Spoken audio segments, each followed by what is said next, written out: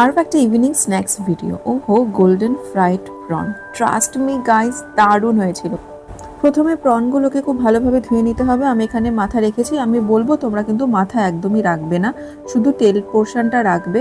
আর এখানে যা যা অ্যাড করছে একটু বলে দিই, সেটা হচ্ছে লেবু, ব্ল্যাক পেপার, আর এর সাথে হচ্ছে আদা এবং রসুনের পেস্ট। এটাকে পরিমাণ মতো অ্যাডও করতে পারো, তোমরা চাইলে স্কিপও করতে পারো। আর অল্প পরিমাণে একটু লবণ অ্যাড করছে এবং ভালো করে মাখিয়ে এটাকে আমি 30 মিনিটস রেখে দেবো।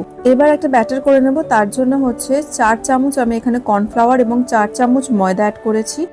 বাটারটাকে আমি একটু মেল্ট করে নিয়েছিলাম এবং সেখানে দিয়ে দিলাম। এখানে আবার একটু ব্ল্যাক পেপার অ্যাড করব। এবার অ্যাড করব একটুখানি বেকিং পাউডার এবং সেটা অল্প পরিমাণে, এবং তার থেকেও কম পরিমাণে হচ্ছে বেকিং সোডা।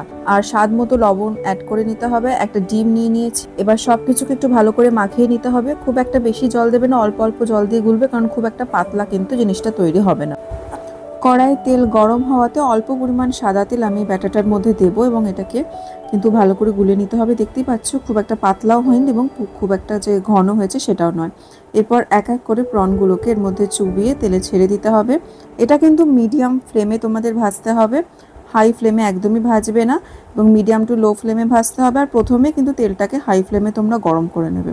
গোল্ডেন ব্রাউন করে ভেজে এটাকে তুলে নিতে হবে। সত্যি কিন্তু খেতে ভীষণ ভালো হয়েছিল। যদি ভালো লাগে অবশ্যই ভিডিওটা লাইক এবং শেয়ার করো।